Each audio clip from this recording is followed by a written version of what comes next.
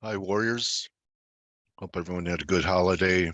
Michael Bergman, Mike Delfino, Sinatra, Brand, team, Ryan, AJ, everyone Hey here, there. everyone doing okay? Hey, how are you, buddy?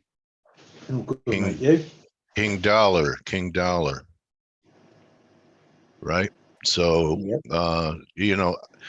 can anyone explain to me what was in the NFP Friday that jacked up rates and turned the yen, big turn? It's interesting. Grega was on, and everyone thought. I think even he thought it'd take a few days for this to happen. It all happened in one day.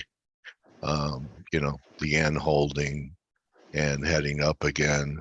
I looked at the yuan, and the yuan looks like it's destined to, test the highs again too. Your take on this action here in cable and Aussie? That was it Friday. This was your, I thought I'd have a chance this week, but Friday, this happened. So where's your head at? Me? My head. Well, I don't know. Tell you where my head's at. Yeah, it's a strange one. We're seeing a lot of dollar strength. Like you said, what has changed since the NFP, or what has changed since prior to the NFP? The NFP was. What happened in the NFP that generated that move?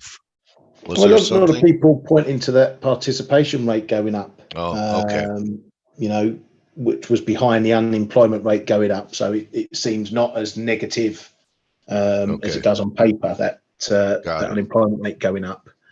But then I'd counter that by saying you've got to watch that participation rate now, because if people are feeling like they're short of money, not making ends meet, and they're coming back to look for work, you could see that participation rate going higher, which will mean the unemployment rate going higher, but more people looking for work because they're finding things a struggle.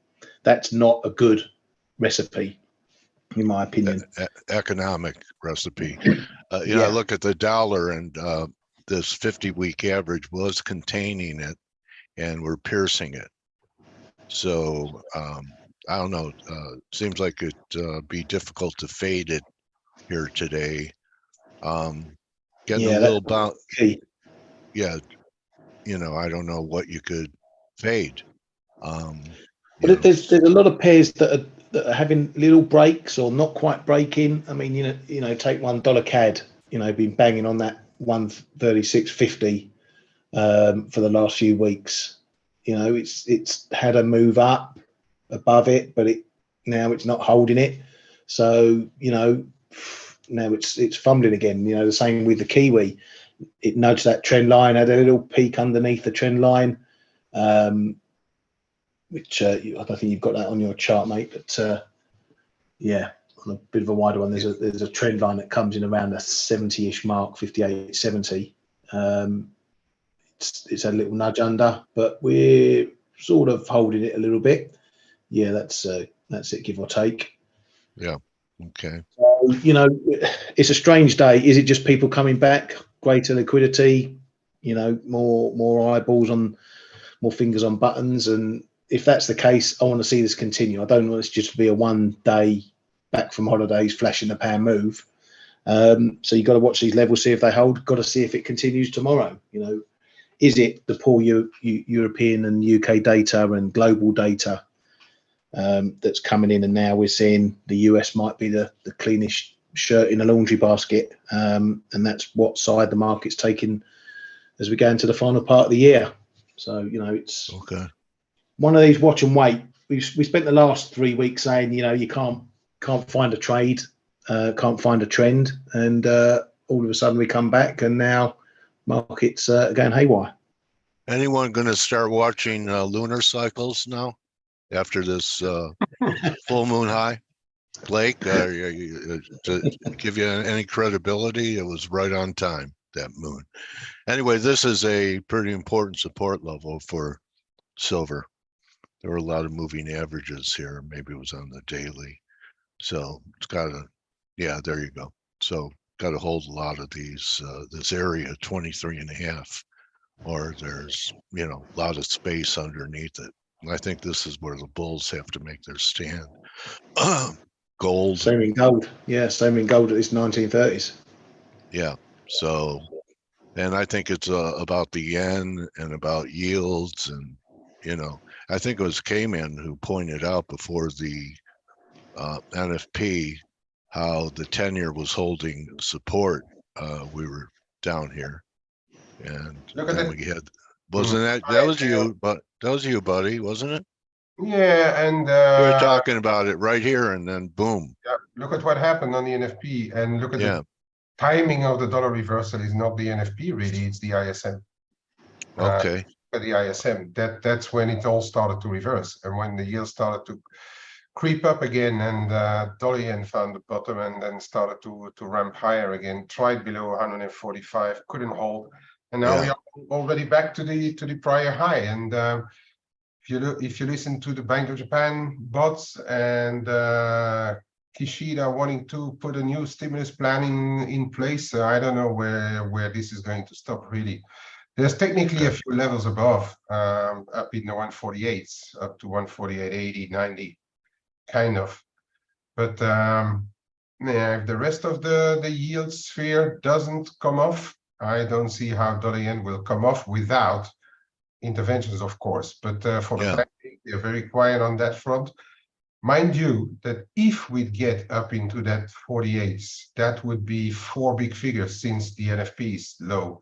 And that may bring some of the MOF people out saying like, hey, watch out, it's going a bit fast here, But apart from that, I don't know what's going to stop it. I'm a bit long, and I think it's going to go, Yeah, I mean, how can we rule out new highs?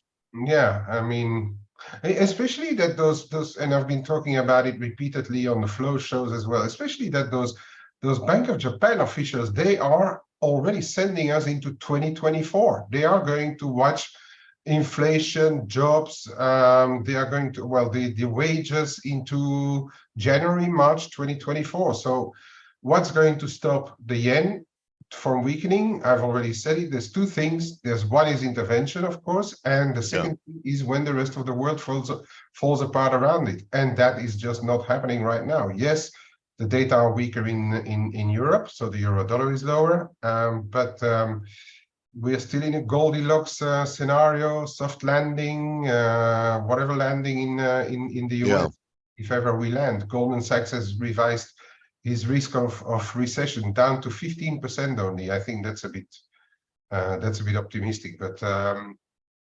it's there. And what do you do when you have a currency like the yen, where overnight there was this 10-year JGB auction, and it saw a bid to cover ratio of 4, which is higher than prior. So, I mean, even the Japanese investors are already piling into JGBs. We're not even at 1% in the 10 years. I mean, how can you buy a currency like the yen right now and stick with it? I mean, for a higher yen. I'm not saying for the next 15, 20, 30 minutes, even a day, but how can you buy a currency like that when you pay away 3.5% or 4% every single day that you're long yen? Yeah. So yeah, that's a factor, and it. But aren't a lot of people using it for the carry trade? Yes, but and perhaps rightfully so. Although you have to be careful what you do on the other side of the carry trade. If you do it in dollars right now, it's fine. But the rest of the carry trades, even though, I mean, even the Mex yen is still higher because of the dollar yen being higher, that side of the equation, the emerging market of the equation, may be a little bit just right now, maybe a little bit more wobbly than the rest, because we have this Mexican currency hedge thing going on, which could influence the MEX during the month of September. So yeah, I mean, but if you look at the yen as a currency, what justifies to buy it? And then we had a few better data, and then overnight we had the personal consumption, or what was it, the household data out, and they are deeply negative again. So I don't know what's going to save the yen barring interventions right now. Okay. So that's tough to top pick the yen. Mexican, the US dollar mex, I think Blake, weren't you looking for this low down here to get cheap enough? Because I know you were looking for this to begin working with some type of risk off. We're not that much lower in the S&Ps right now, but you know, looks like we're getting close to breaking out over an important level. 1740 would do it. Yeah. Open the door for 18. Good morning, guys. Good morning. Yeah, it's and by the way, Dale, I drove through some pretty nasty weather over there in Central California where you're at. Holy cow. And all those people at Burning Man, you know, that's my God. Yeah, I don't know if you guys have seen it, but you guys should have seen the rain that hit Las Vegas. Anyway, we drove through all that, and it was wild. I had zero visibility traveling down the freeway at about 80 miles an hour on Friday. It was fun. Anyway, faith. What's that? That takes faith. Yeah, well, yeah, I prayed a lot.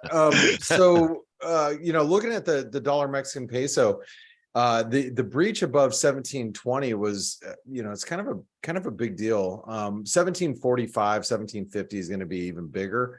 But yeah, I mean, just look at it technically, just, you know, look at your chart, you know, it's not making lower lows, it's making higher lows. And so, you know, I started buying some dollar Mexican peso below 17 last week.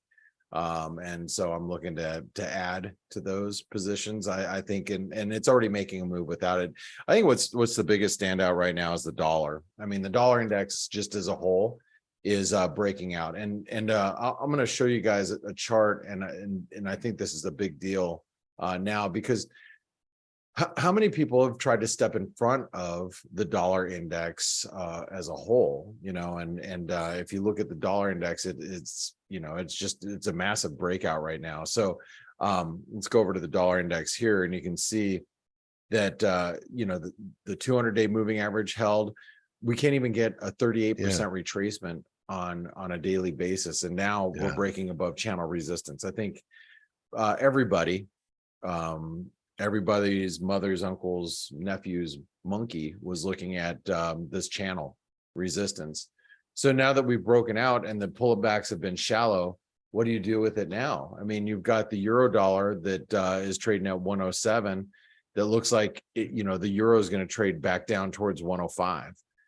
We are well below the 200-day moving average. You got the sterling that, you know, it's holding on by a thread, you know, but you break back below, you know, 124.60 and the 200-day moving average there. And, you know, what's stopping the sterling from heading to 120? You got the Aussie dollar. You have a bear flag pattern that's breaking multi week. I mean, this is a, you know, multi-year triangle breaking down. The Kiwi broke below its 618 retracement. Now, Ryan, you just said the dollar Canadian, it's still holding up, and I don't disagree. And I think a lot of this has to do with what's happening in crude oil, you know, the strength that you've seen in crude overall. But, you know, everything else is breaking. Wouldn't that see dollar Swiss have just, yeah, I mean, the dollar Swiss is just did a false breakdown. I was actually short the dollar Swiss last week, and I got I got stopped out overnight. You know, I was trying to play this thing on the short side, you know, over the last couple of days, but now it looks like, you know, Swiss weakness is going to be a thing, you know. And then you got the dollar yen, as you guys were just pointing out. I mean, being the next target for the dollar yen is going to be channel resistance, which will be above 148, you know, as we close in on 150. So I'm sorry, Ryan, what were you saying about the dollar though? No, I was just saying dollar CAD should it be lower if it's following oil, which it seems to be ignoring as it has been for a while. Yeah, no, the one thing is, I think the one thing that's kept the Canadian, you know, kind of bottled up is the move that we've seen higher in crude. I mean, crude oil has been, you know, it's been, you know, bonkers strong, right? I mean, you know, that is, I think the saving grace, the dollar Canadian is not at trading at 140 right now. Oh, right, gotcha. Yeah.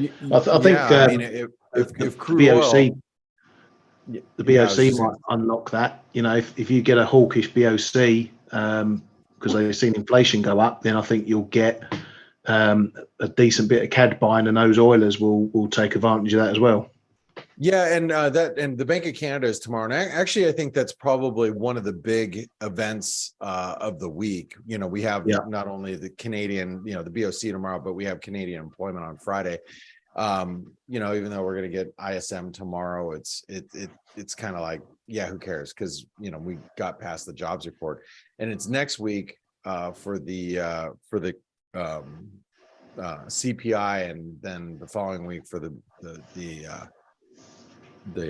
FOMC is going to be the big deal. But right now, I mean, you look at the dollar Canadian, and you know, I mean, how about if, I mean, what if the Bank of Canada sounds a little bit dovish? I mean, where does that put the dollar Canadian moving forward? Yeah, probably 138. We had a relatively weak GDP on Friday in Canada. Yeah, exactly. That was a really, you know, and it's Kman, were you here on Friday? Well, I wasn't here for the data. I had a. That's right. You had an appointment.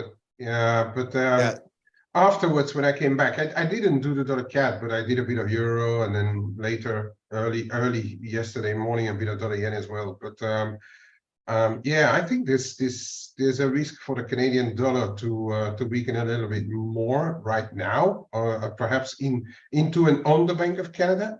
Also, I've read, and correct me if I'm wrong, that a lot of these oil bits, but then that doesn't explain the Brent, of course, but in the WTI would be the SPR reserve being replenished for the past 4 weeks or so. So quite a few people attribute this oil rally to that, and which would mean that it's a kind of logic that the currencies don't follow the move, because it's not a real economic move, you know, it's a move where people have to do stuff. Yeah, well, I mean, that may be the reason why Canadian dollar is not really following oil right now. I don't know. I just read it. Yeah, I don't know, but the thing is, if you look at crude oil, and this is just a, you know, kind of a daily chart, you can see we're really at the 38% retracement. Whether it's a real move or not, you know, price is the determining factor, right? So if we break above the 38% retracement, which comes in right here at 87, we start breaking above 87, then that automatically, whoops, I didn't want to do that. Put that back. You know, that automatically grabs, you know, the targets that will put us back at like the mid 90s, because price, you know, is kind of the ultimate determinator of sentiment, right? So I mean, if price starts moving, and people start chasing. So, you know, and then the move becomes, whether it started because of, for whatever reason, it just becomes more of a real move at that point. So I think we just got to be respectful of that. And if that does happen, you know, maybe the Canadian continues to weaken, especially with the BOC this week. And I was really surprised about the Canadian GDP. It was something we covered live on Friday. We did the jobs report. We had like one of the biggest groups of people listening in on a non-farm payroll on Friday, and it was the last day of summer, which was crazy to me, Dale. It was a big group, and I you know, listening here on the show. And I wasn't even paying attention to the Canadian data. I was so laser focused on what was happening with NFP, but man, that really moved the market. So let me ask you guys this. You know, we got about 10 minutes. What is going to be the thing that's on your radar the most the rest of the week? Brian, what are you thinking now that you've had time to like let it soak in? I know you did the trade-off show with Michael Brown over at Trader X. What's going to be the big driver for you this week? I think it could be the Bank of Canada, because this month is really pivotal for what central banks are going to do, and it's going to be pivotal for what happens the rest of the year. You know, we're getting into the situation where, you know, what do the central banks move on? Do they move on their mandates, which is prices, stability, inflation, or do they look at growth if it's weakening? And Canada's, you know, first in the frame. We saw inflation go from 2.8 to 3.2% or 3.3%, whatever it was. So inflation's back above target, and we've seen the economy softening. So what are central banks going to tell us? And the BOC is the second off the bat if you ignore the RBA. But they've seen the higher inflation, lower growth story, and that could set the tone for the rest of them. And that's a huge month. That third week in September, we've got everyone: BOE, Fed, Norges, SMB, Riksbank, BOJ. Massive. It's going to determine the rest of the year. What do you think the Fed is going to do, Ryan? You have any gut feelings about the Fed? I think the Fed have probably got one more hike in them. I think if we see another CPI print that's higher, like we did last month, then for me, another hike's nailed on, and there'll be a hawkish message to say we're going to stay higher for longer, because they've been telling us for the last few weeks or since the last FMC, the job's not done on inflation. Correct me if I'm wrong. And Ryan, those are some great comments, but correct me if I'm wrong. And maybe Kman, you may know this too. From what I understand, the market is not pricing in. I mean, there's like only a 10% chance that we get a rate hike this month. The BOE is the only bank that's currently got probability of hiking this month. Right. So all the rest unchanged.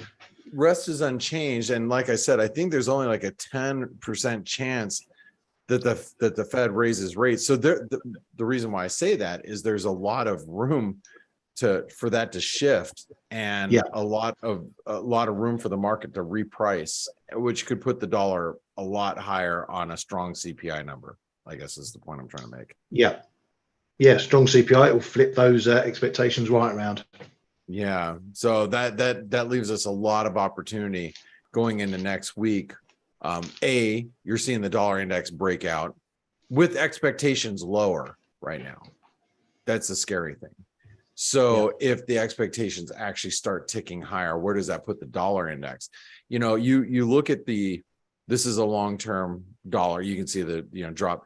I mean, how many people are still positioned? I didn't look at the CFTC data this week because I've been traveling. I have to assume positioning is still very short the dollar and very long the euro right now. Yeah. And still very, very strongly positioned with dollar bears. Maybe it's milkshake time, Blake, aka Brent Johnson. Yeah, I mean, the dollar is going to end up being the safe haven type of currency should there be some, risk aversion. You look at the S&P, and the S&P is, I know I've talked a lot about this, but on a weekly basis, we've been forging a lower high, and I still think the risk is that we see stocks come down into the fall.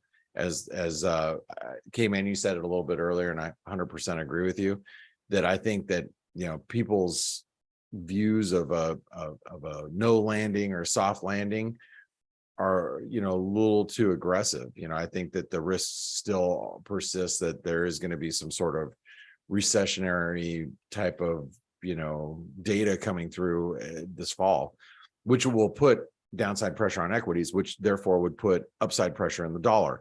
So I wouldn't want to be short the dollar right now, not in the face of what we're seeing right now, because the dollar's got a lot working for it. Yeah, we have the Goldilocks economy right now, right? Because the data is not horrible, and if we do get some risk aversion, then the dollar's going to get that flow on top. Well, remember at the bottom, Blake, I think it was Ben Maldonado that talked about a completion down there at 99. And then, we saw it, and, it's really never given you maybe one or two buying opportunities since it turned. It was a A, B, C, D, equal leg move. So, And, I mean, and it has not given shorts the opportunity to exit. And, even though I've been constructive, I've been saying, bear market rally. And I started to say to myself this weekend, well, you know what? Keep an open mind. I mean, I was talking 108, and, 108 may be a stopping point, but, maybe it is milkshake time. I don't think so. But even the short-term bulls are long-term bearish is my point. Yeah, I mean, I'm okay, not long-term bullish. so if you think about it, like technically, I mean, I do believe the dollar is in process of forging a long-term high. So in other Yeah. words, I don't think we're going to be breaking out. I just don't think this is happening. Right. But if you take, like, this is the 38% retracement, which you can just, just Yeah. visually see where it's at, on my chart. That's Yeah. the 38% retracement. You can imagine everything from, this whole year has been below that. So if you take that extension and you just, look forward, that puts us, around, and Dale, this comes to your 108 or 107.80, which is the 127% extension. 110 is the 161% extension. And in Yeah. between that is a 618 of this entire move. So Yeah, that's the the area. 618 comes in at 109. So Yeah. I think that this whole area is doable Yeah. on a squeeze. And where does that put the euro? Probably closer to Your buy spot 102. Yeah, 102. Yeah, right. 102, 103. So longer term, and I'm a happy buyer of the euro down there. Whether or not we see it, I don't know. I think the odds are increasing. There's a couple things that are brewing here, and I want to show you guys something else, and then maybe we'll go around the horn and just kind of think what else you guys got, or what are you looking at for the rest of the day. I've got a long-term euro Aussie that I'm long, and I think about this from a risk on risk off type of move, and with the Aussie dollar breaking below its lows of the year, and the Aussie to me looks like it's going to trade down towards 60 cents now. Yeah, 62 at a minimum, maybe towards 60 cents. I look at the euro Aussie as a potential breakout. This is the COVID post-COVID lockdown lows. You can see it right here, right? We got stopped at the 50% retracement. We squeezed past that, with some risk aversion. This thing could be literally trading up towards 180, on a massive squeeze. And if the markets start going risk off, there's things like this that will go hand in hand with the dollar on a rally. The other one would be like, the dollar Mexican peso trading back up towards the 200-day moving average, which will be about 18, maybe even further than that. If, you've seen these things squeeze when the market goes, risk off, things can get a little exaggerated. So, those are just a couple of things that I'm looking at longer term. So, Ryan, what are you looking at for the day? What are you thinking about for the day right now? I just want to know whether what we're seeing today is real, or if it's just everyone coming back from the summer holidays, and we're seeing a little bit of positioning, and it all reverses or stops, later today or tomorrow. If this continues tomorrow, then I think what we've got is a potential divergence play. People setting their trades out for playing off the US against the rest of the world. All right. Waking up this morning and seeing the dollar doing what it's doing, it's definitely got everybody's attention. Kman, what are you thinking today? You were asking about what we think for this week before, and I'd rather talk about that because today we're seeing what we're seeing. I think there's a lot of momentum funds involved in the dollar right now, because everything is going like really hand in hand. The crosses are not moving too much. For me, there's two things that are going to be the movers. The Bank of Canada can be one, and then tomorrow the ISM services in the US.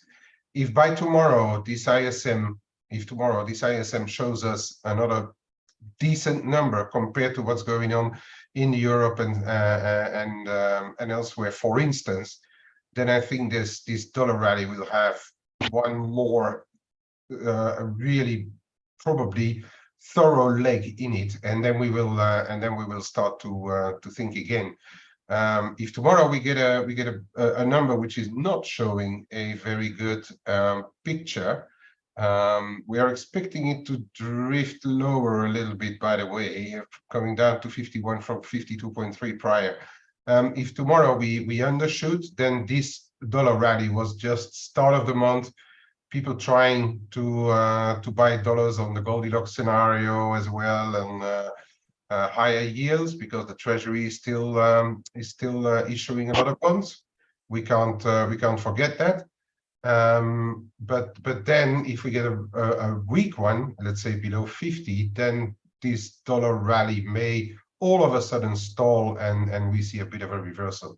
So I think tomorrow for me, that is the clincher of the week. All right. All right. Well, thank you, Kman. Thank you, Ryan. And Dale, I know you have Nargis here. So Yes. I want to say, everybody, thanks for tuning in. Make sure you guys, if you haven't done so already, check out ForexAnalytix. It's $1 for 10 days. You can jump in probably the most active community out there. And you can see, you know, people like, well, you can see all of our team in there. There's myself and Kman and Ryan and all the different traders through there, our trades, what positions we're taking, what positions we're getting in and out of. You know, you got the Flowonomics room, which is the macro chat room. Make sure you check all that out. And if you haven't had a chance to check out the trader funding program, you want to learn how to access our capital, make sure you do that. You can find that right on our website, right on the front here. So with that being said, Dale, I want to pass it over to you, and thanks everybody for joining us today. And, you know, get into the room so you know where to sell this failing rally in the S&Ps. So they'll nail it down. So Nargis, welcome back. How have you been? I have to ask you to mute. How about now? How are you, Nargis? Oh, hi, good morning, Dale. Sorry, I was on mute. Oh. How are you? Good. Glad to have you back. I know. So, you know, I think we missed one, or I hope your son is doing well. Much health to you guys. What's top of mind when it comes to the markets here, Nargis? So I don't think I'm sharing. No, can you sure. Okay. It's a green button. Desktop share. There we go. Can you Yeah, but I see a Discord. Okay, now we see this. Okay, the Twitter. I mean the X. Yes. Yeah. So I'll just I know we missed the last one, and I'm sorry for that. A lot of chaos was going on, and I kind of screwed up the time in another time zone. So sorry about that. So let's go back to this picture I had from last year, I think. So this is where on the black line we fell 34.91, and from there XPX reversed back, and we did not got this. But so this was where my curiosity was, why this W structure is placed here versus anywhere else, here or somewhere else. And this 34.91 also marks the 50% retracement from this low to high. So it went back above 50%. So having just giving a reminder of this structure, let's go back to where we are now currently. So this is ES I have, and this was the black line I had drawn, which marks the around 85% retracement. And currently it hit that, and you know, we are still in a thinking mode, what it wants to do. So this was your W structure. From here, it went back all the way to 85% retracement. And I had these three boxes where, you know, it just gave me mentally a good idea about where the price is in terms of these boxes. Yeah, that 4,200 level. Do you think we're going to retrace back to it? So this is what I think. You know, the price has spent a lot of time in this range, right? So here it was, you know, this kind of a head and shoulder kind of a structure, and this area kind of mimics that. And the time spent is almost around the same here. So if at all it wants to fall back or pull back from this solid black line, then this structure, at least at first, it will provide a good support or good demand in order to hold it. Yeah. Now, again, just like why this was placed here, I am thinking, why would it just out of curiosity, why it would spend so much time here, going sideways for a long time, building a lot of demand. So if price wants to come back and test it, what would this mean in terms of short term and long term, right? Would this mean that price wants to come down, test this zone, hammer it again solid, and then go back up and break here? So because right now only this small head is left to test back, right? And yes, as we all, at least in my experience, what I've seen is it likes this much retracement, and that's why I had put a black solid line, because that marks 80 to 85% retracement, and that's generally its sweet spot. So if that's the case, then two things can happen. Number one, it comes down and it tests this zone and it's happy, it tested back and goes back up and breaks through here. So either it tests very close to the all-time high or makes a new all-time high, or this is a bearish ABC and it comes down, tests the 2020 and much lower in this megaphone, right?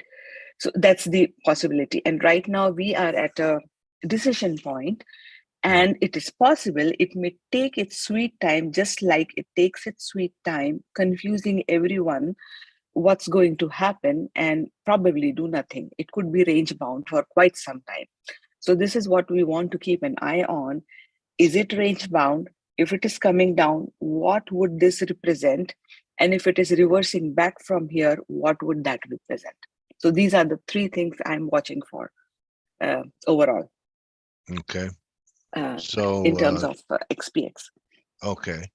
So that monthly pin bar low, it looks like August, the low of August. This one? That's important. No, just last month, that one. Yeah. Yes, So this one. Yes. yeah. So that low is what, 4,300? Yeah. Yes, Okay. 4,350. Okay.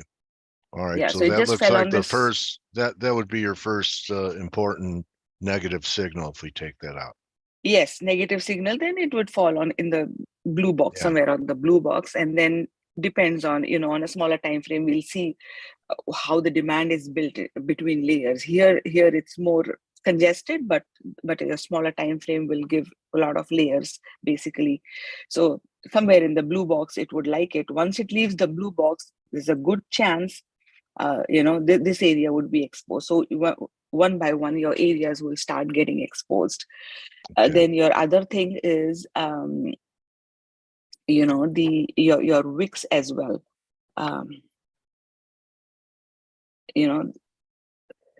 So one of the things which,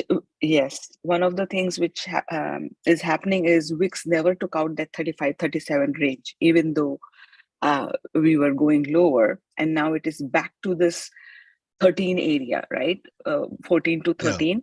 And this line has been supporting for a very long time. And few times it is tested this 9 and 8, right? Which is very less time, but that still is. Suppose it goes below this aqua line, then this would be a. But one of the things interesting thing to note is the moment it comes here in this zone, it gets a big spike. It generally gets a big spike. Okay. It may die down after some time, but it does get a 10 to 15 points bounce. So that's another interesting thing to see. It is again coming into that range. XPX is in your inflection zone. Then will this combination, your TNX is also in that, where it's high, and it's trying to break out this whole. Actually, you know what? The 3 months give a better picture because there's a lot of candles. It's kind of currently sitting here. The moment it crosses that line, we have your treasuries going up, and right now your oil is up, your Dixie, the dollar is up, your TNX is up, your index is up, your VIX you're is pretty low. good at future, at forecasting the potential of future prices down the line. I'm wondering what you have as far as this dollar because the Dixie from when it bottomed at 99.5 hasn't even had one decent pullback. Yes, so 99, so it just kind of honored that 100, the mental, this thing, and it came back up. So as of now, just like XPX, I'm seeing that it is also retracing back. Now it is above this, this purple line where it was, I had this demarcation that it would be in the bullish territory, but it did not come back and test this zone as well. So currently it is above this structure, above this structure. So it is bullish, but Yeah. is it a retest going until 107, 111 area up till here? And then what happens, right? As long as it is Okay. above 101, or rather above this line, it's good to retest up. 107 to 111 is a good contention zone for it. And it never tested this 121, this top structure. So I would be very interested to see what happens in this, few points range from here. It's already 100 and close to 105. So, 106, 107 to 111. Will that be another inflection for it, or it would, go back and test is this 121 area? So as of now, I am thinking, which one is going to give in? Your oil is also in the retrace up mode. Yeah. It's 85, 38%. I know I heard somebody said 38%, and absolutely right. $87 is 38% retracement, and the moment it goes above it, you have 91, 97, 104. These are the congestion zone for your oil to test back down. But as long as it is above 77, it is in a bullish territory. And as long as that is in a bullish territory, you have your inflation talks come back in. Oil is high, then everything else becomes going high, costly. Everyday living starts becoming costly. Your inflation story comes back up. Your interest rate stories come back up. The whole question is, up till now, what is stopping the Fed from aggressively, going up on the interest rates versus being, calmed down? If we are living from FOMC to CPI, those are your two reaction points, and S&P is behaving well within the bounds of the expectation of what Fed wants to lay out. So for me right now, we are at an inflection zone, and something has to give in the next few months, basically. Either S&P is going to fail and that bearish ABC is going to work out to the downside, or your oil and TNX and Dixie is going to see a move down, making your that melt up theory come back in, making at least testing the high around 47 to 4800, or even a good 5185 was my midpoint to the cycle. So that's the can it do that? Because market, what in my small experience, I mean, I'm not as haven't seen that many seasons like you, but whatever I've seen is this beast is very tricky, right? It likes to throw people off. If that is the case, then even if it goes till 5185, it could be a crooked ABC, but it could still work out to the downside. So I'm still thinking that if it really wants to confuse the heck out of people, why not do that 5,000, 5,200, that 5185, that half cycle till 7569. 50% is 5185 from 4489. So that's why your 4489 is to live by for me right now, where the price is with respect to that number. Above it, then you still have your price going a little bit bullish until it cannot sustain this black line. So this black line is currently the this side or that side for me, and 4489 is my cycle number. So as long as price is behaving between these two, I would still think that it want to test this upper zone to a little bit higher zone. And later, still this ABC would want to work out. It become an irregular ABC with the Yes, B being irregular above ABC. that high. Okay. All right. I could see that happening. That would confound most people and have everyone bullish. Regarding your VIX call, I think the DSI on the VIX last week, it was single digits, meaning No one likes the VIX right here. Yeah, There's yeah. No one probably likes more the VIX. stock bears, but even stock bears that have bought the VIX are discouraged. Yeah, the wicks. I mean, if you're going long, I mean, if you're going straight on wicks, like a call or something, these generally don't reward you unless you are really, really out in time, because Yeah. the whole idea is to take your money. And I generally personally like to play it the opposite side. When the wicks has risen very well into, you know, whatever, then shorting is far more, let's just say, less tedious than going long on it, because Yeah. your indices can fall and all the chaos can still be there, but the fear index would still not be enough to spike it. Yeah, I've seen So, that. so Everyone's the seen it. money is, yeah, Everyone's getting yeah. used to it too. It almost makes me think that one day it's just going to jam everybody, because Yes, people are pretty confident selling volatility because it's worked, and you know yes, it's worked for a long time. So it's recency bias, but yes, it had a lot of recency. So anyway, that's an interesting looking chart. You have any yeah, view on your view on metals? Are probably like the dollar? yes.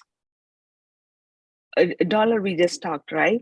Yeah. So I'm just, yeah, just, oops, my lines. I don't know why my lines get crooked. Yeah. Okay, So so even though dollar, that's what I mean. It's hard to find someone who says, you know what, we're going to take out that high at 114.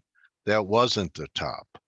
That's a yeah, real big minority opinion. I don't hear anyone but, you know, guys that are looking for this, you know, super bull moves in the dollar because of the shortage of dollars, you know, the milkshake theory that the dollar is going to go up because there's a shortage of dollars compared to what's needed to service dollar denominated debt. yeah. So yeah. So far, I would still say this is a retrace up, and as long as it's this purple line where the dollar is with respect to purple line, it will denote for me it's bullish or not bullish. Okay. Now it's going above it, and then, you know, testing the structure above this structure, it would test this, and you have this. I think this must be what, 50% or so for from this to this. Once it goes over Yeah. this 120, yeah, had approximately 120, 118, 121. There could be, I don't know, you may be knowing better what happens when Dixie is so high. Could be a Yeah. chaosy world around us. Yes, that would be most likely be the backdrop. Yes. Okay, there's your So goal. yes, the gold, it's not able to take out this 21 zone, right? 2100. Yeah. This is, but this 3 times it has hit. The question is, will 4th time be the charm? Okay. So, but it is still honoring this zone up till now, your 1900. So it is roaming between 1900, 2000, more of a 2000 versus above 2000. So 1900 to 2000, either it gets below 1900 or it, you know, actually wants to settle above 2000. And 4th time, I was trying to see the distance, the timing distance, and it is decreasing. And I feel there is a correlation between this. The next time, if it wants to hit 2100, should come faster, based on this time distance. Maybe October, November, or maybe the later part of the year. Probably, if that happens, then, you know, I'm hoping this time it breaks 2100. Otherwise, it has to. Do you see the potential of move back down? We take out your first red line down to 1800. Yes, it can do that. It can very well do that, because at some point it has to decide whether, you know, it can't stay in this silo forever. So if it is not going above 2000 or not staying above 1900, basically 1937, then the only way for it to do that is come back to this you know, mid 1700s to 1700s. That is again the point. Assuming, I mean, it's a crooked structure still. If it wants to do a cup and handle, the handle is far away up on the top of the cup, basically. So this structure, this flat area, should resolve to something. So yeah. Okay. Yeah, so that's what I'm just marking it, above 1900 or below 1900 for now in a bullish or bearish territory. Above 1900, still a potential to take out, hit fourth time towards 2100 basically. That's what I'm thinking. And You following the US dollar yen at all? I just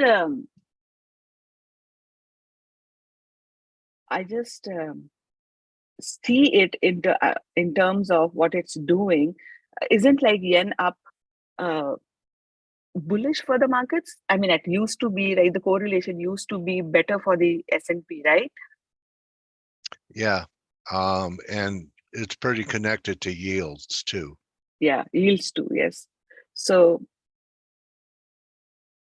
this is, I mean, you guys are so much better at currencies. I won't put my foot there where, not needed, but, this is a kind of a base forming above the base. It's, you have quite a bit to go, actually.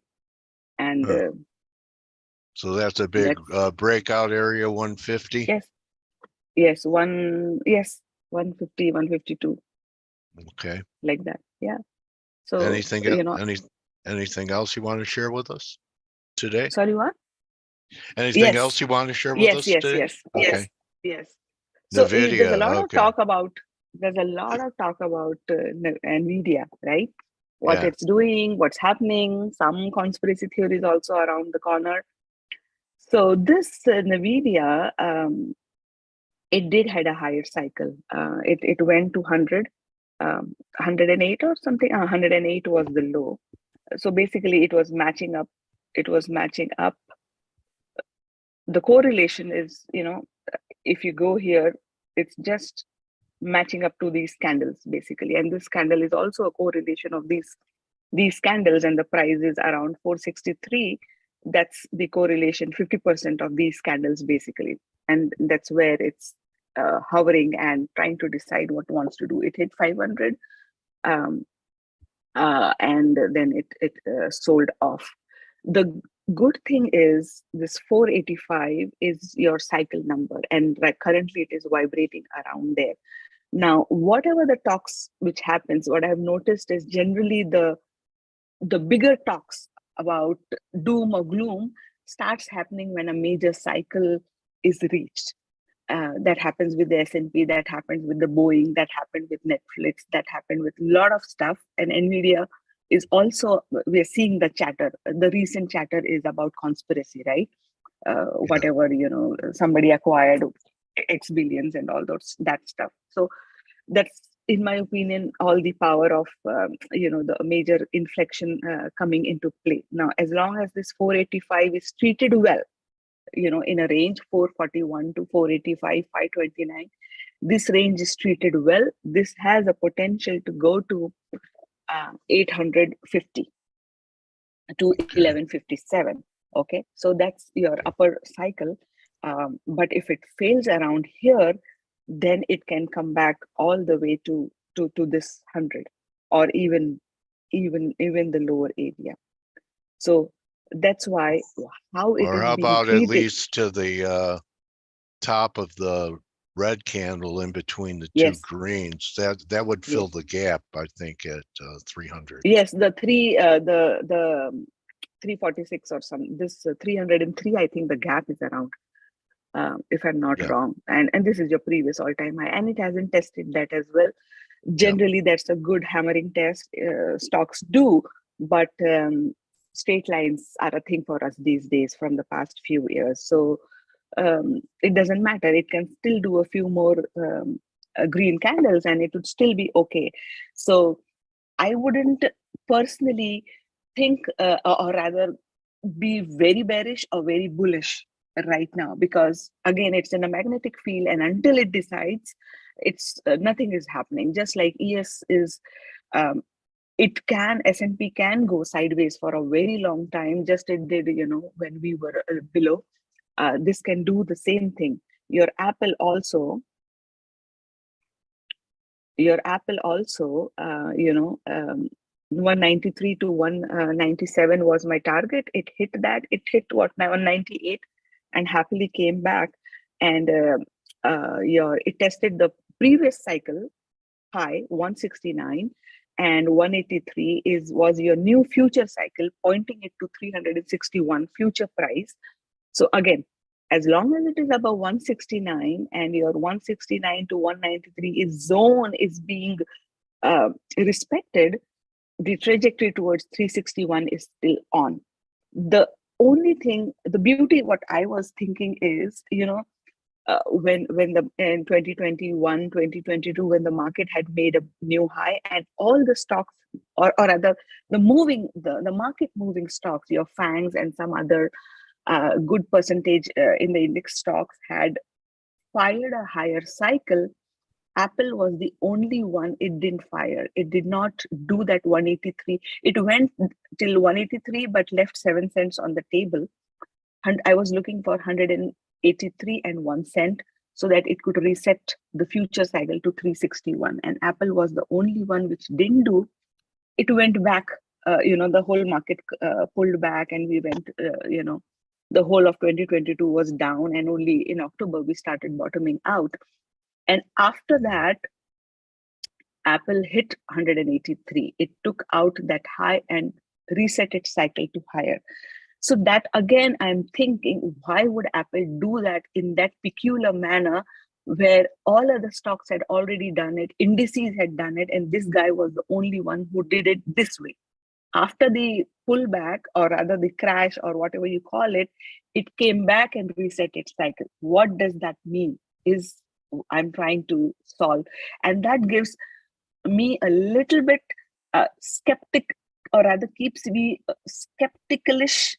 I don't know if I said it right, but skepticalish, bullish. Yeah. Yes, yeah, bullish. That if it is done it so late in the game, does it mean that ES may just probably come back, test this zone, and then fire back up? So Apple doing this way, that could be one explanation. Unless and until everything happens, we don't know if that explanation was right or not. But, I'm just trying to lay out what everything else would mean, the clues, basically, what those clues would mean, so that at least it doesn't put me in the wrong side of the market. Okay, under 170, what would that lead to? That would lead to a lot of